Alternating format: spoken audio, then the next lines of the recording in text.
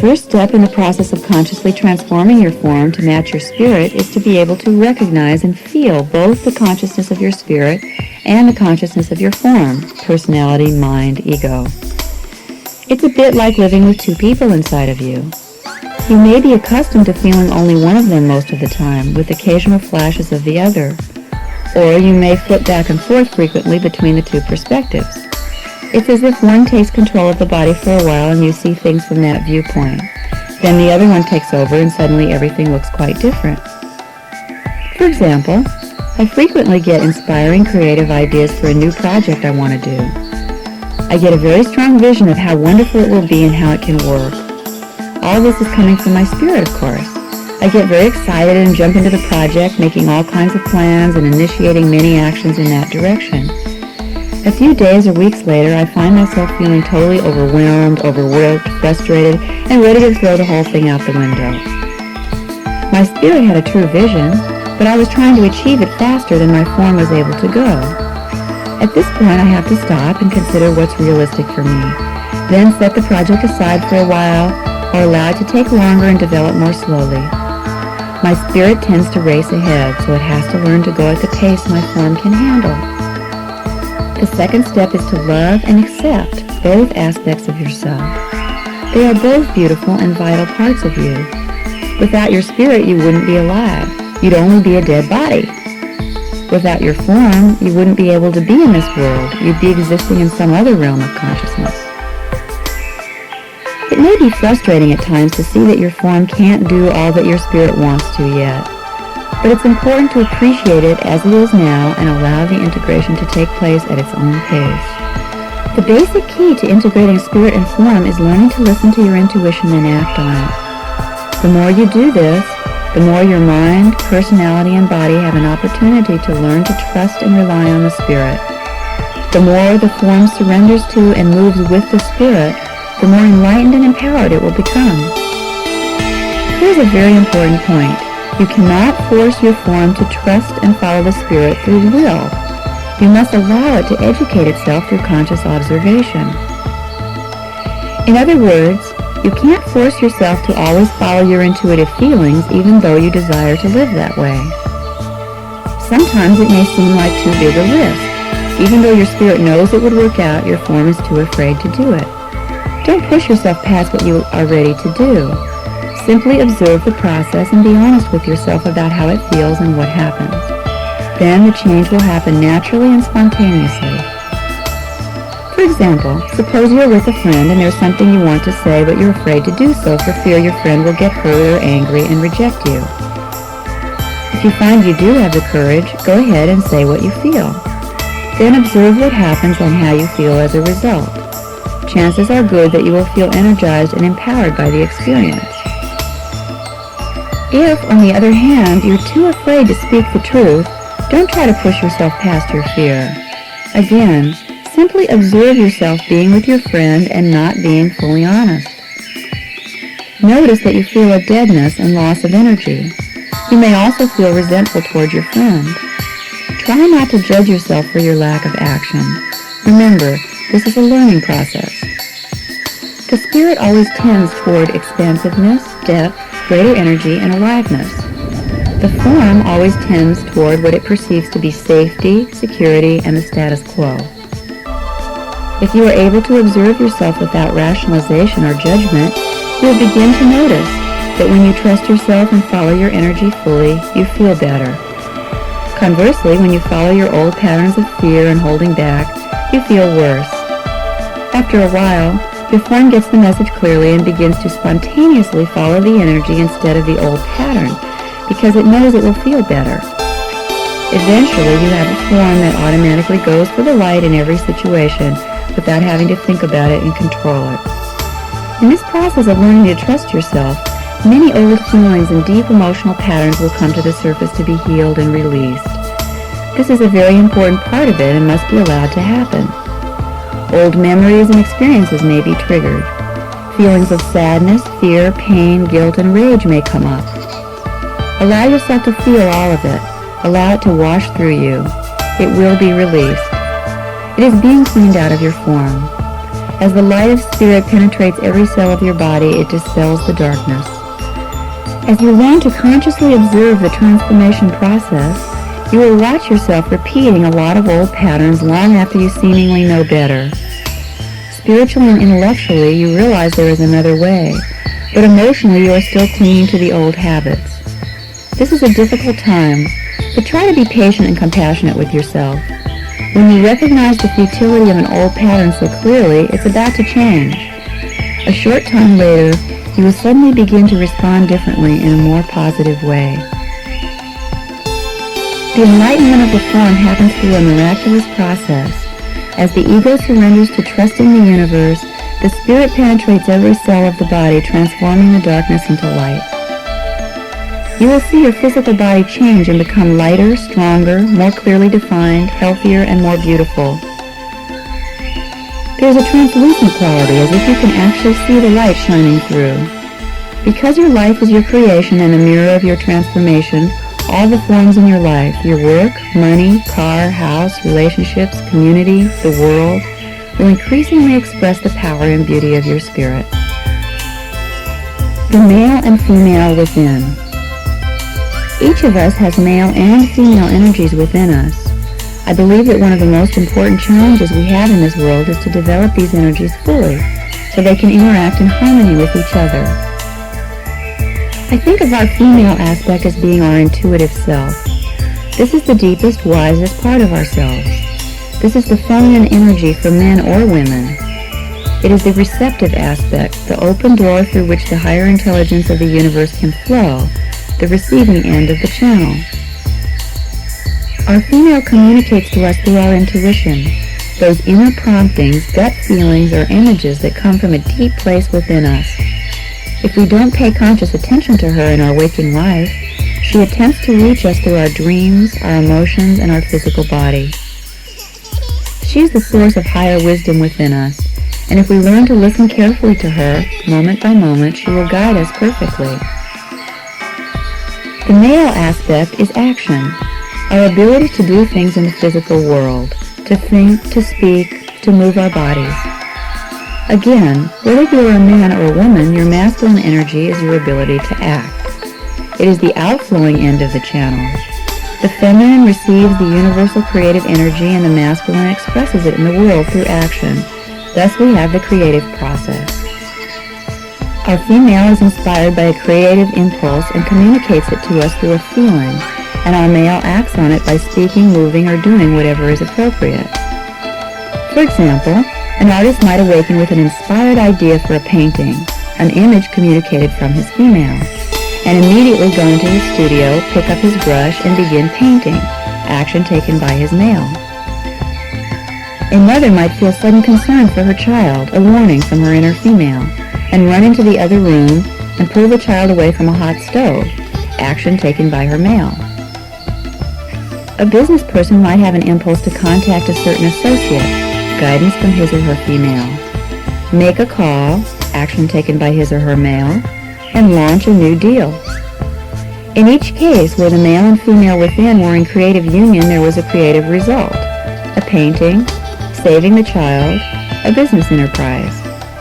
Even the simple sequence of feeling hungry, going into the kitchen, and fixing a meal illustrates the same process. The union of feminine and masculine energies within the individual is the basis of all creation. Female intuition plus male action equals creativity. In order to live a harmonious and creative life, you need to have both your inner female and male energies fully developed and functioning correctly together.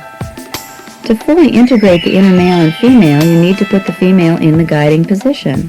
This is her natural function. She is your intuition, the door to your higher intelligence. Your male listens to her and acts on her feelings. The true function of male energy is absolute directness and a passionate strength based on what the universe inside of you coming through your female tells you. The female says, "I feel this." He says, "I hear your feelings. What would you like me to do?" She says, "I want that." He says, "You want that? Okay, great. I'll get it for you." And he goes directly to get it for her, trusting totally that in her desire is the wisdom of the universe.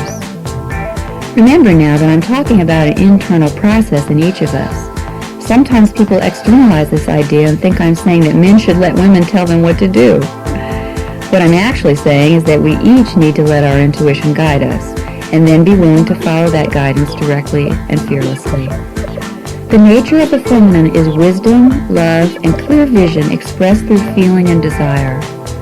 The male nature is all-out risk-taking action in service to the feminine, much like the chivalrous knight and his lady. Through his surrender to her and his action on her behalf, our male energy builds a personality structure within us that protects and honors the sensitive energy of our intuitive female. I often imagine my male as underneath or behind my female, supporting, protecting, and backing her up. For a man, the image might be reversed. You might see your female as within or behind you, guiding, empowering, nurturing, and supporting you. When these two energies are in harmony and working together, it's an incredible feeling, a strong, open, creative channel with power, wisdom, peace, and love flowing through. Unfortunately, we have not learned how to allow our male and female energies to function naturally in the proper relationship with each other. In our culture, we have used our male energy, our ability to think and act, to suppress and control our feminine intuition rather than to support and express her. This traditional use of the male energy I call the old male, and it exists equally in men and women, although it is often more obvious and external in men, more subtle and internal in women. The old male is that part of us that wants to keep control. He is terrified of our feminine power because he doesn't want to surrender to the power of the universe. He is afraid that if he surrenders, he will lose his individual identity. Another word for the old male is the ego. Its function is to hold on to individuality and separateness at any cost. Therefore, it denies the power of the feminine, which is a force moving toward union and oneness. In relationship with the old male, the female is helpless in the world. Her power cannot move directly into the physical world without the support of the male's action. Her power is suppressed and must come out indirectly through manipulative patterns or physical symptoms, or in sudden, unfocused ways, emotional outbursts, or even, in extreme cases, acts of violence. You can see that men and women have played out these roles externally. In the traditional male role, men are taught to deny and suppress their inner female, to be machine-like, unemotional, totally in control, and suppressive toward women. Secretly, they may be terrified of women because women remind them of the power of their inner woman, whom they are busy denying. Because they are cut off from their internal power source, they really feel very alone and lost. In the traditional female role, a woman also learns to use her male energy to deny and suppress her feminine power. This leaves her helpless, dependent on men, emotionally unbalanced, and able to express her power only indirectly through manipulation. She may be afraid that if men found out how powerful she really is, they would abandon her, so she carefully keeps her power hidden. The feminine power, the power of spirit, is always within us. It's up to the ego, our male energy, to determine how we relate to that power. We can either fight it, block it, attempt to control it, and try to keep ourselves separate from it, or we can surrender and open to it, learn to support it, and move with it. Individually and collectively, we are shifting from a position of fear and control into surrender and trust of the intuitive. The power of the feminine energy is on the rise in our world. As she emerges within us and we acknowledge and surrender to her, the old male within us is transformed. He reemerges, birthed through the female as the new male, the one who goes all out in his trust and love for her. He must grow to become her equal in power so that they can be the lovers they are meant to be. I believe that the new male has been truly birthed in our consciousness only within the last few years. Before that, we had little experience in our bodies of the true male energy. Our only concept of male was the old male, an energy completely divorced from the feminine. The birth of the new male is synonymous with the birth of the new age. The new world is being built within us and mirrored around us as the new male, physical form, emerges in all his glory from the feminine power of spirit. Part 2. Living the Principles. Trusting intuition. Most of us have been taught from childhood not to trust our feelings, not to express ourselves truthfully and honestly, not to recognize that at the core of our being lies a loving, powerful, and creative nature. We learn very easily to try to accommodate those around us, to follow certain rigid rules of behavior, to suppress our spontaneous impulses, and to do what is expected of us. Even if we rebel against this, we are trapped in our rebellion, doing the opposite of what we've been told in a knee-jerk reaction against authority. Very seldom do we receive any support for trusting ourselves, listening to our own sense of inner truth, and expressing ourselves in a direct and honest way.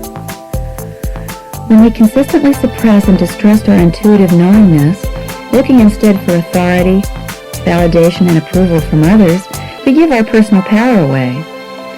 This leads to feelings of helplessness, emptiness, a sense of being a victim, eventually to anger and rage, and if these feelings are also suppressed, to depression and deadness. We may simply succumb to these feelings, lead a life of quiet numbness and desperation, and die. We may overcompensate for our feelings of powerlessness by attempting to control and manipulate other people in our environment. Or we may eventually burst forth with uncontrolled rage, which is highly exaggerated and distorted by its long suppression. None of these are very positive alternatives. The true solution is to re-educate ourselves to listen to and trust the inner truths that come to us through our intuitive feelings. We must learn to act on them, even though it may feel risky and frightening at first, because we are no longer playing it safe, doing what we should do, pleasing others, following rules, or deferring to outside authority. To live this way is to risk losing everything that we have held on to for reasons of external security. But we will gain integrity, wholeness, true power, creativity, and the real security of knowing that we are in alignment with the power of the universe. I am not attempting to disregard or eliminate the rational mind by suggesting that our intuitive awareness be the guiding force in our lives.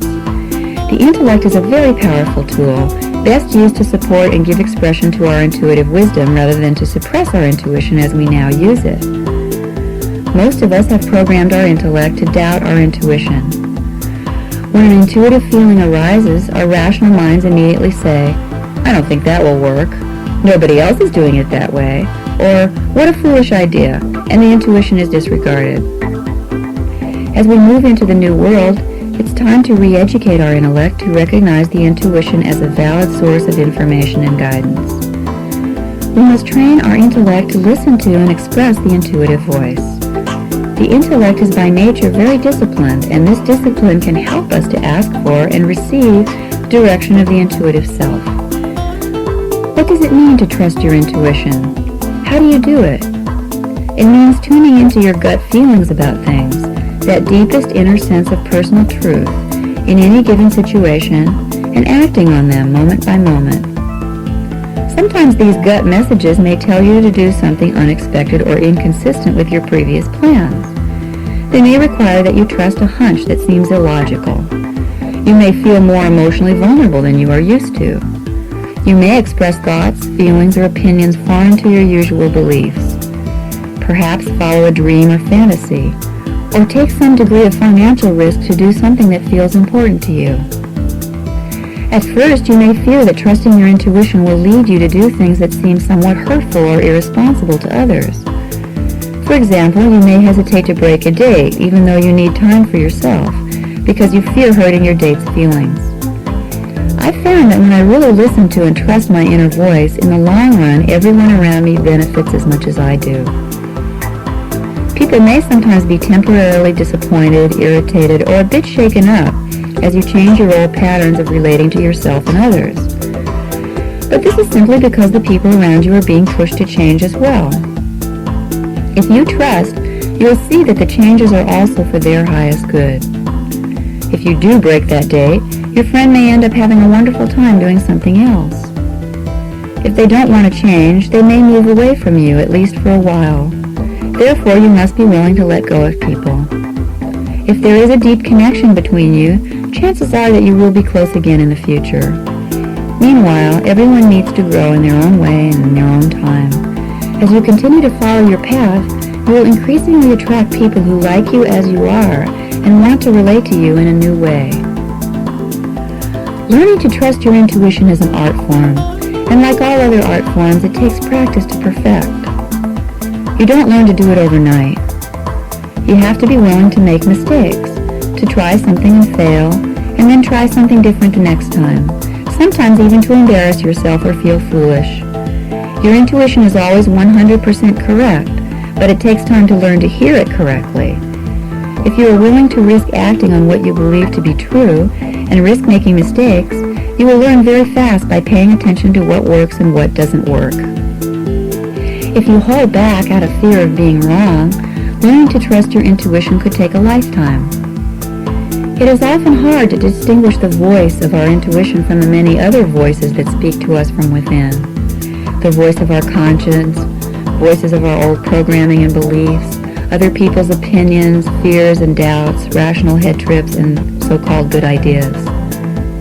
People frequently ask me how to differentiate the true voice or feelings of the intuition from all the others. Unfortunately, there's no simple, surefire way at first. Most of us are in touch with our intuition whether we know it or not, but we're usually in the habit of doubting or contradicting it so automatically that we don't even know it has spoken. The first step is to pay more attention to what you feel inside and to the dialogue that goes on within you. For example, you might feel, "I'd like to give Jim a call." Immediately, the doubting voice inside says, "Why call him at this time of day? He probably won't be home." And you automatically ignore your original impulse to call. If you had called, you would have found him at home and discovered he had something important to say to you. Another example, you might get a feeling in the middle of the day that says, "I'm tired, I'd like to take a rest." You immediately think, "I can't rest now, I have a lot of work to do." So you drink some coffee to get yourself going and work the rest of the day. By the end of the day, you feel tired, drained, and irritable. Whereas if you had trusted your initial feeling, you might have rested for a half hour and continued about your tasks, refreshed and efficient, finishing your day in a state of balance. As you become aware of this subtle inner dialogue between your intuition and your other inner voices, it's very important not to put yourself down or diminish this experience. Try to remain a somewhat objective observer. Notice what happens when you follow your intuitive feelings. The result is usually increased energy and power and a sense of things flowing. Now, notice what happens when you doubt, suppress, or go against your feelings. Invariably, you will observe decreased energy, powerlessness, or helpless feelings, and emotional and/or physical pain. Either way, you'll be learning something, so try not to condemn yourself when you don't follow your intuition, thus adding insult to injury. Remember, it takes time to learn new habits. The old ways are deeply ingrained. I've been working intensively on my own re-education for a number of years, and while the results I'm enjoying are wonderful, there are still many times that I don't yet have the courage or the awareness to be able to trust myself completely and do exactly what I feel. I'm learning to be patient and compassionate with myself as I gain the courage to be true to myself. One important step in learning to hear and follow your intuition is simply to practice checking in regularly. At least twice a day, and much more often if possible. Once an hour is great. Take a moment or two, or longer if you can, to relax and listen to your gut feelings. Cultivate this habit of talking to your inner self. Ask for help and guidance when you need it, and practice listening for answers which may come in many forms. Words, images, feelings, or even being led to some external source, such as a book, a friend, or a teacher, who will tell you just what you need to know. Your body is a tremendous helper in learning to follow your inner voice. Whenever it is in pain or discomfort, it is usually an indication that you have ignored your feelings. Use it as a signal to tune in and ask what you need to be aware of. As you learn to live from your intuition, you give up making decisions with your head. You act moment by moment on what you feel and allow things to unfold as you go. In this way, you are led in the direction that is right for you. Decisions are made easily and naturally. You don't need to try to make big decisions concerning future events. Focus on following the energy in the moment, and you'll find that it will all get handled in its own time and way. If you must make a decision related to something in the future, follow your gut feeling about it at the time the decision needs to be made. Remember, too, that although I sometimes speak of following your inner voice, most people do not literally experience it as a voice. Often it's more like a simple feeling, an energy, a sense of, I want to do this, or I don't want to do that. Don't make it into a big deal, a mysterious mystical event, a voice from on high. It's a simple, natural human experience that we have lost touch with and need to reclaim. The main sign that you are following your intuition in your life is increased aliveness. It feels like more life energy is flowing through your body. Sometimes it may even feel a little overwhelming, like more energy than your body can handle. You may even have the experience of feeling tired from too much energy coming through you. You won't bring through more energy than you can deal with, but it may stretch you a little. Your body is expanding its capacity to channel the universal energy. Simply relax into it and rest when you need to. Soon you'll feel more balanced and you'll even begin to enjoy the increasing intensity. At first, you may find that the more you act on your intuition, the more things in your life seem to be falling apart. You might lose your job, a relationship, certain friends, or your car might even stop working. You're actually changing fast and shedding the old things in your life that don't fit you anymore. As long as you didn't let go of them, they imprisoned you. Now, as you continue on this path, following the energy moment by moment as best you can, you will see new forms begin to be created. It will happen easily and effortlessly. Things will just fall into place and doors will open in a seemingly miraculous way. You will just go along doing what you have energy to do and not doing what you don't have the energy to do and having a wonderful time. And you will literally be able to watch the universe creating new forms through you. You're starting to experience the joy of being a creative channel. Feelings. One of the most common problems I encounter in my work is that so many people are out of touch with their feelings. I recognize this as my mirror, so working with others to help them feel and express their feelings has helped me to be much more in touch with my own. When we have expressed and closed off our feelings, we cannot contact the universe within us, we cannot hear our intuitive voice, and we certainly can't enjoy being alive. It seems that many of us did not get much real emotional support when we were growing up. Our parents didn't know how to support their own feelings, much less ours. Perhaps they were too overwhelmed with the difficulties and responsibilities in their lives to be able to give us the emotional response and care we needed. Whatever the causes, if we don't feel anyone is there to listen to us and care about our feelings, or if we get a negative response when we do express ourselves, we soon learn to suppress our emotions. When we bottle up our feelings, we close off the life energy flowing through our bodies. The energy of these unfelt, unexpressed feelings remains blocked in our bodies, causing emotional and physical discomfort, and eventually illness and disease. We become numb and somewhat deadened. Every day I encounter people in my workshops and private counseling practice who have been stuffing their feelings throughout their lives. Many people are afraid to feel their so-called negative emotions, sadness, hurt, anger, fear, despair. They are afraid that if they open up to experiencing these feelings, the emotions will be overwhelming. They are terrified that if they get into the experience, they'll remain stuck there forever. In fact, the opposite is true. When you're willing to fully experience a particular feeling, the blocked energy releases quickly and the feeling dissolves. When counseling someone who has blocked emotion, I support them in moving into the feeling and allowing it to overwhelm them. Once they've felt it completely and expressed it, it's usually dissipated within a few minutes. It's amazing to watch people who have suppressed a painful feeling for 30, 40, or 50 years release it within a few minutes and experience peacefulness in its place. Once you have experienced and released blocked emotions from the past, a greater flow of energy and vitality will enrich your life. It is important to learn to be in touch with your feelings as they arise. In this way, they can continue to move through and your channel will remain clear.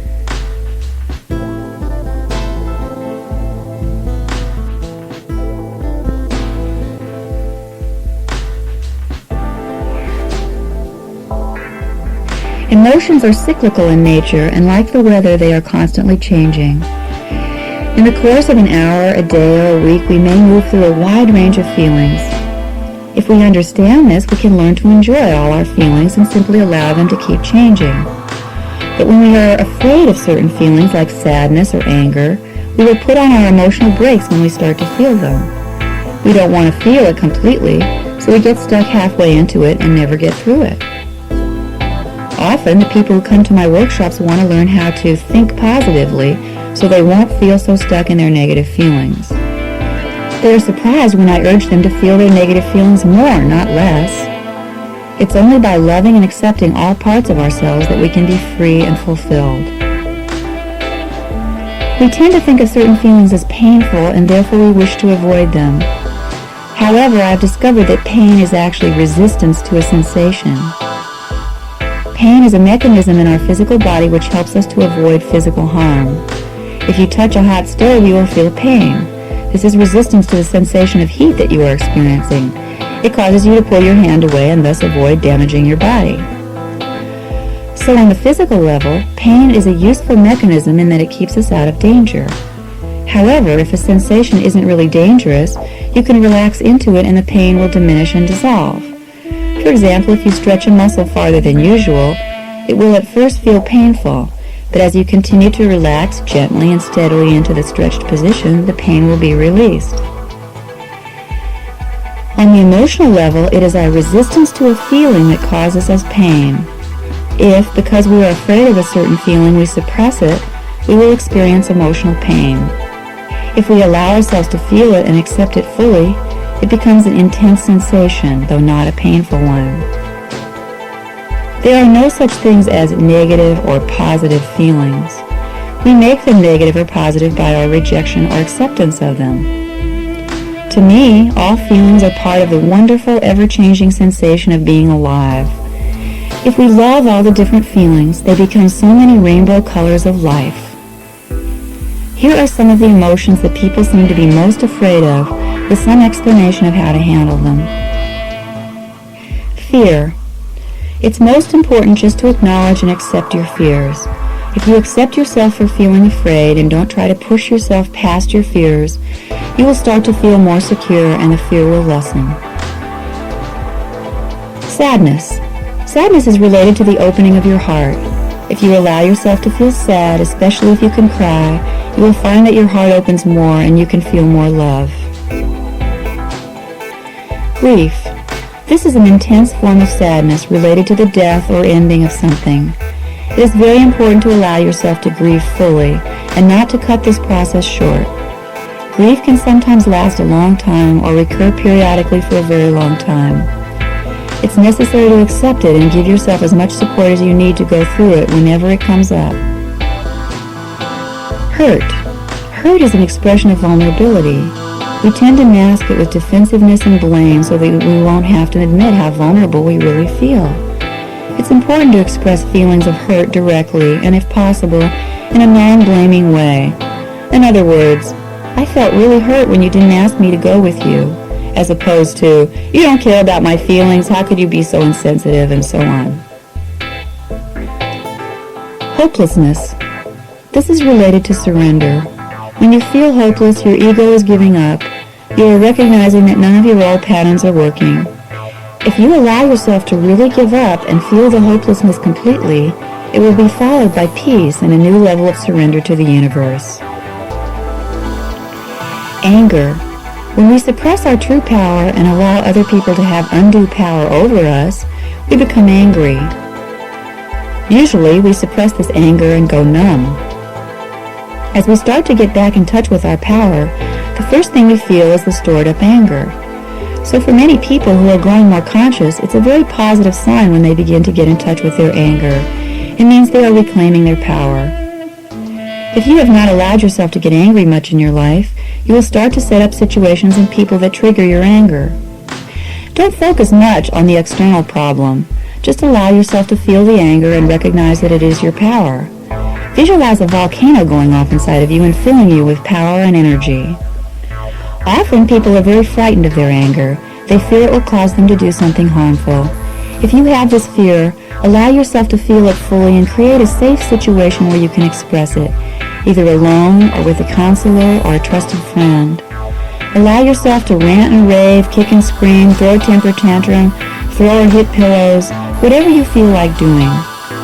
Once you've done this in a safe environment, you may need to do it regularly, you will no longer be afraid of doing something destructive, and you will be able to handle the situations in your life more effectively.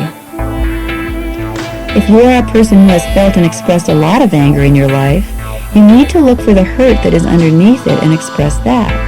You are using anger as a defense mechanism to avoid being vulnerable. An important key in transforming anger into acceptance of your power is learning to assert yourself.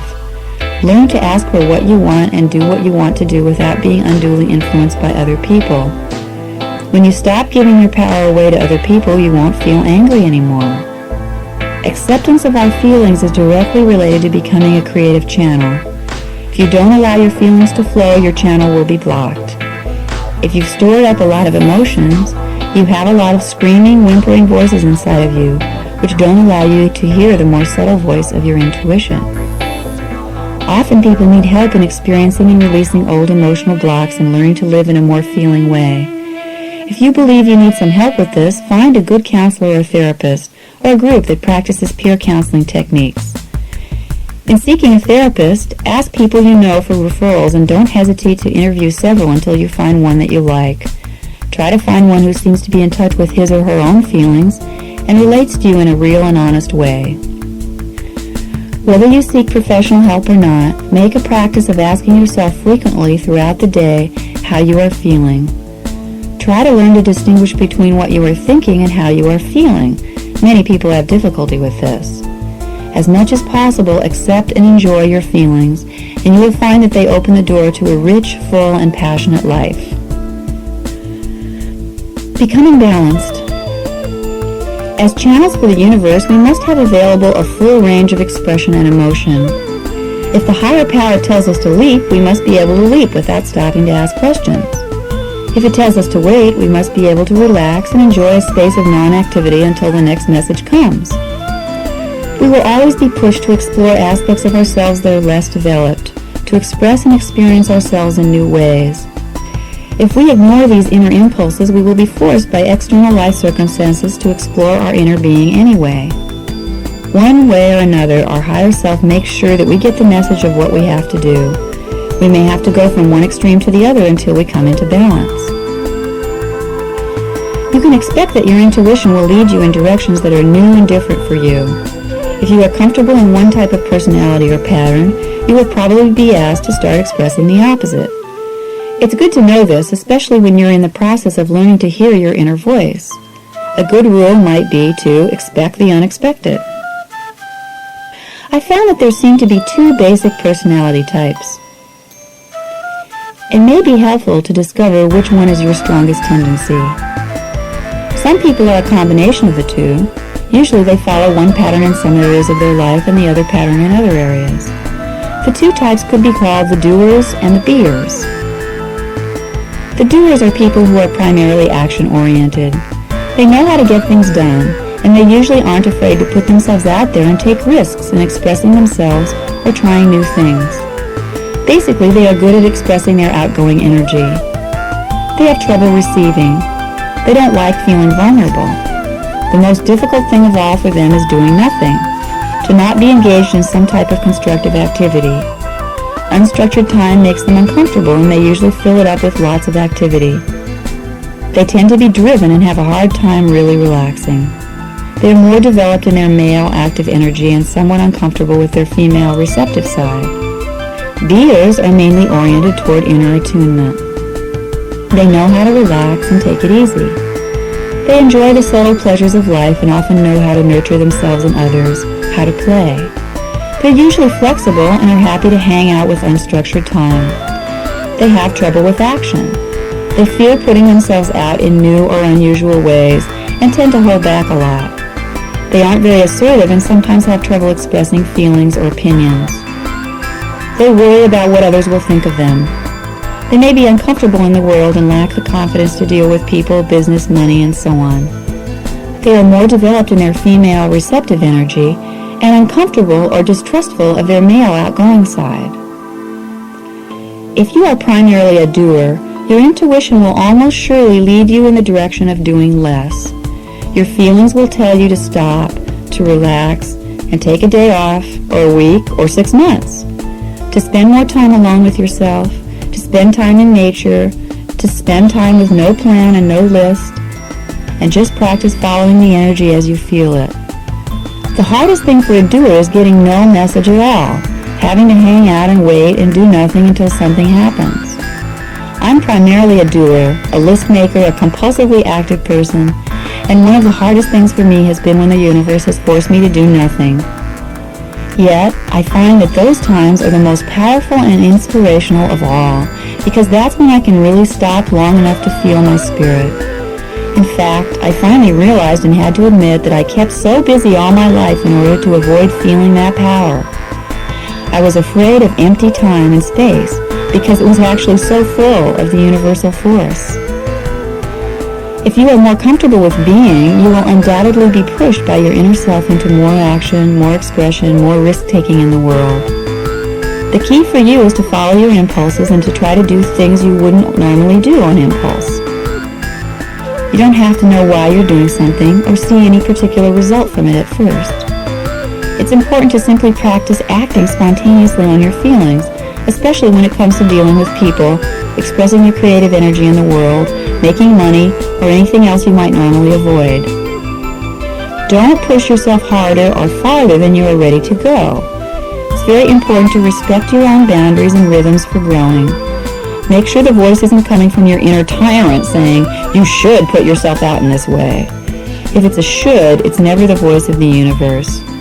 Rather, follow the feelings you have that guide you to practice expressing yourself and building your confidence in a supportive way. Transforming our world. Transformation begins on an individual level and moves out into the world. The more I'm learning to trust my intuition and act on it, and the more I'm willing to experience and accept all my feelings, the more the energy of the universe can move through me. As it comes through, it heals and transforms me and everyone and everything around me.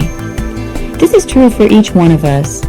The more you are willing to trust and be yourself, the more you will live in the light.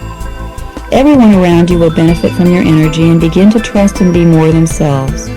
In turn, they become powerful channels for everyone in their sphere of influence. And so transformation spreads rapidly throughout the world. You may have heard of the 100th monkey syndrome. In Japan in 1952, scientists were studying the behavior of wild monkeys. The principal food of these monkeys was sweet potatoes. One day they noticed one monkey do something they had never seen before. She washed her potato before she ate it. She repeated this behavior on subsequent days, and soon they noticed several other monkeys were washing their potatoes before eating them. More and more monkeys began to do this. Then, in 1958, after all the monkeys on the island were exhibiting this new behavior, scientists on nearby islands began to report that monkeys on their islands were also beginning to wash their potatoes. There was no physical connection between the islands, and no one had transported any monkeys from one island to another. This study illustrates something of overwhelmingly powerful importance for the human race and for our planet. Washing potatoes was a new level of consciousness for these monkeys, and when enough of them had accepted it, it was apparently transferred to the monkeys on surrounding islands without any physical contact or direct communication. I believe that this is how evolution of consciousness takes place. Every individual's consciousness is connected to and is a part of the mass consciousness. When a small but significant number of individuals have moved into a new level of awareness and significantly changed their behavior, that change is felt in the entire mass consciousness. Every other individual is then moved in the direction of that change, and the whole thing may have started with one individual who first made the leap. So often we look at the world around us and feel terribly helpless to effect any significant positive change. The world seems so big and in such a mess, and we feel so small and powerless. The 100th monkey story helps us to see how powerful one individual or a few individuals can be in transforming the world. Because the world truly is our mirror, as we change, it must change. You can see this easily in your personal life. As you develop the habit of trusting and taking care of yourself, you will gradually release your old patterns. Soon you notice that your friends, family, and business associates all seem to be feeling and acting differently as well. People you encounter seem to be dealing with less serious problems. Or if their problems are serious, they are more quickly healed. Things that previously frightened and upset you seem to have lost their emotional charge. Even the serious problems of the world, while they still concern you, may not seem quite as scary as before.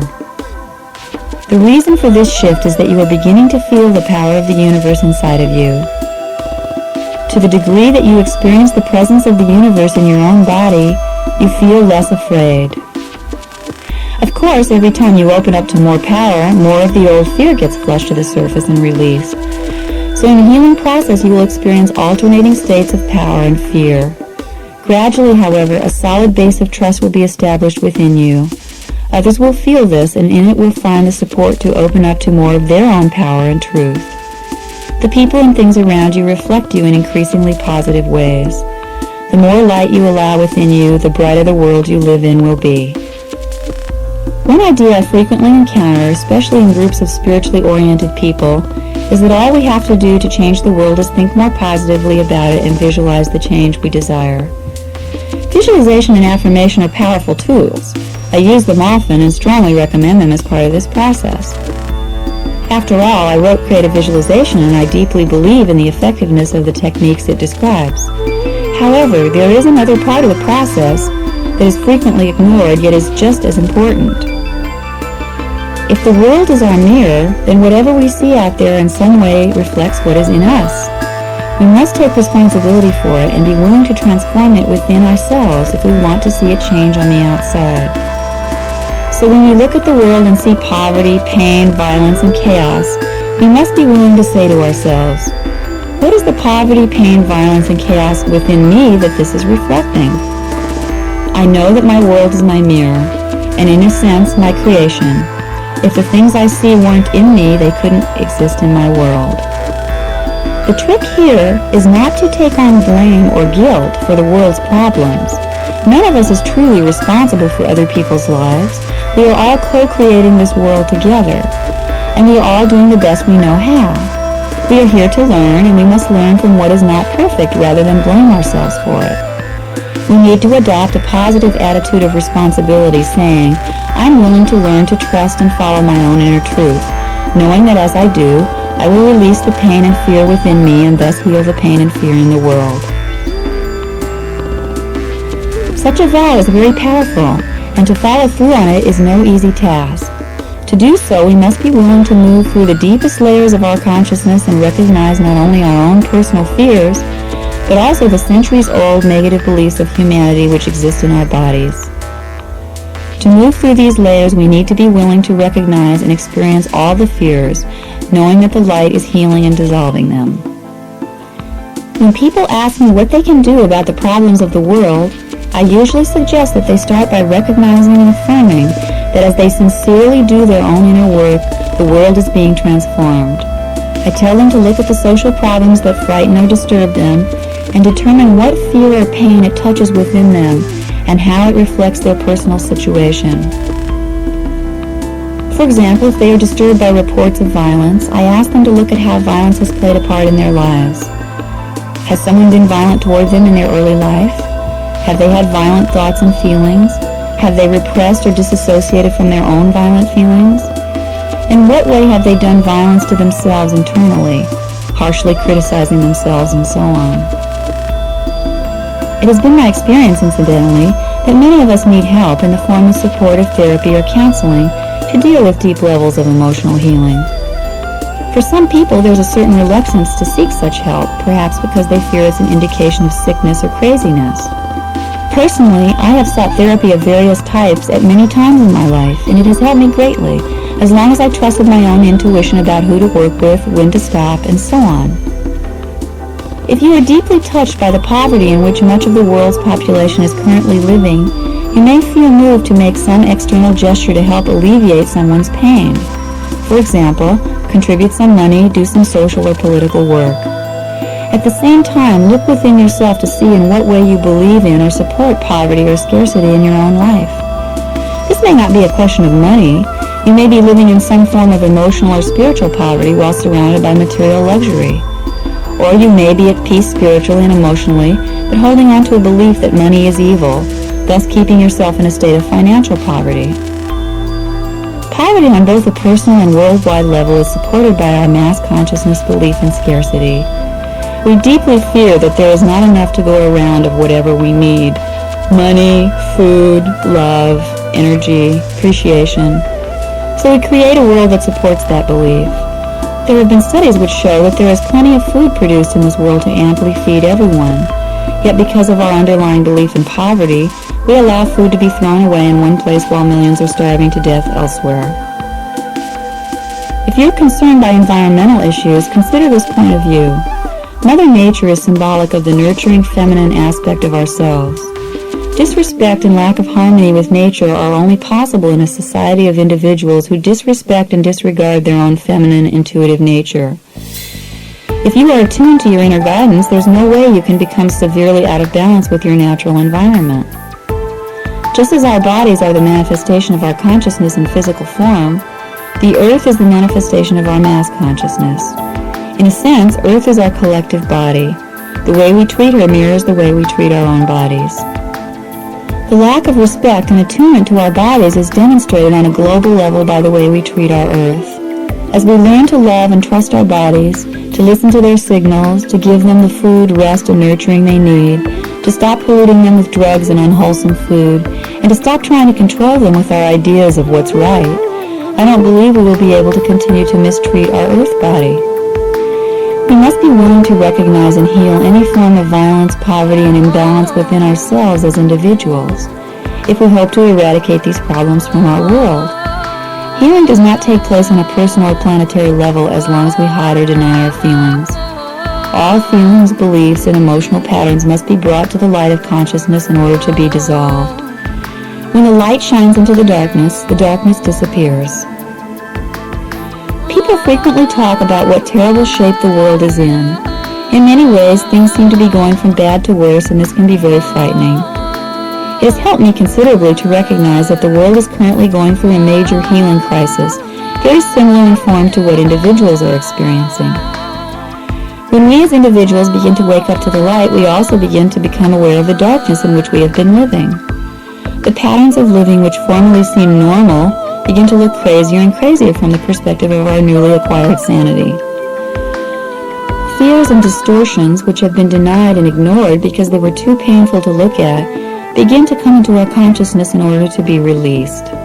Problems that were swept under the rug come forth to be solved. This is what I see happening on a worldwide level today. If we recognize the seeming chaos and pain in the world as a giant manifestation of our individual healing process, we can see that it's a very positive step. Rather than feel like victims, we can recognize the power of the universe at work. We appreciate ourselves as the channels through which the world's healing is being manifested. For the time being, the more light we are living in, the more darkness we are seeing. The more we accept both these polarities within ourselves, the faster the world can be healed. Some who have heard these ideas become angry because they believe I'm endorsing a narcissistic self-absorption that denies the problems of the world and negates the necessity of social and political action. Upon further discussion, I'm usually able to make them understand that this is not the case. Being willing to deal internally and individually with the original source of the problem is simply the most practical and powerful way to effect real change. It does not deny the necessity for external action on a large scale. The issue for me is the source and motivation for that action. I find that people are frequently moved by their own good ideas more than by the universe within them. Often they are motivated by their feelings of pain, fear, and guilt into wanting to do something to make it better. This is the ego coming from a position of helplessness and fear, struggling vainly to do something to eradicate these feelings. Unfortunately, this approach only perpetuates the problem it is trying to solve. The underlying cause of world problems is the pain, fear, and ignorance we experience from being disconnected from the power of the universe. If we continue to project our problems outside of ourselves and fail to recognize the inner power we actually have, I believe we will support the very evils we are fighting. On the other hand, if we are willing to take responsibility for our fears and deal with them, we will clear the way for being able to hear the voice of the universe within us. If it tells us to take action, we can be sure the action will be powerful and truly effective. The same principles hold true in the social and political arena as in every other area of life. If you are doing what you think you should do, if you are motivated primarily by fear and guilt, then no matter how good your actions, you are probably not being as effective as you'd like to be, and you may even be hindering more than you are helping.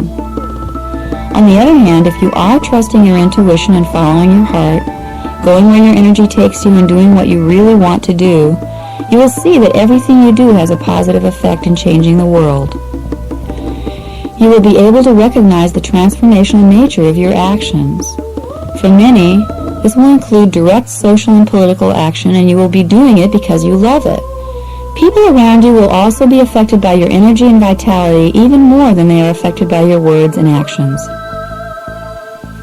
Here's a 5-step process for personal and planetary healing. Number 1, affirm to yourself, the power of the universe is healing and transforming me. As I am healed and transformed, the whole world is healed and transformed. 2, notice the social, political, and environmental issues around you. Pay particular attention to those that trigger the most emotional reaction in you. Ask to see how they may reflect your personal issues, fears, beliefs, and patterns. You may not immediately see any connection, but stay open to receiving this information through your intuitive channel. 3. Ask for the light of the universe to release and heal all the darkness of ignorance, fear, and limitation within you and in the world. Be open to any inner guidance you may receive to seek support in your healing process through a counselor or therapist, friends, a workshop or group, or any other form. 4. Regularly visualize your life and the world as you would like them to be. 5. Ask your inner guidance to let you know clearly if there is any specific action you need to take toward your own or the world's healing. Then continue to trust and follow your intuition, knowing that you will be led to do whatever is necessary. A vision. From the window of my apartment, I look across the San Francisco Bay at the beautiful city of San Francisco. The light on the water and on the city skyline is constantly changing. Sometimes it is cloudy and misty, sometimes bright and shining, but it always looks mystical. Perhaps this view inspired an image that I frequently have. I see an ancient city, gray and decaying. It is literally disintegrating and the old structures crumbling into piles of rubble. But it is being pushed aside because in its place a beautiful new city is arising. This new city is magical. It seems to shimmer delicately with every color in the universe. I know that it is being built inside of us. It is created from the light.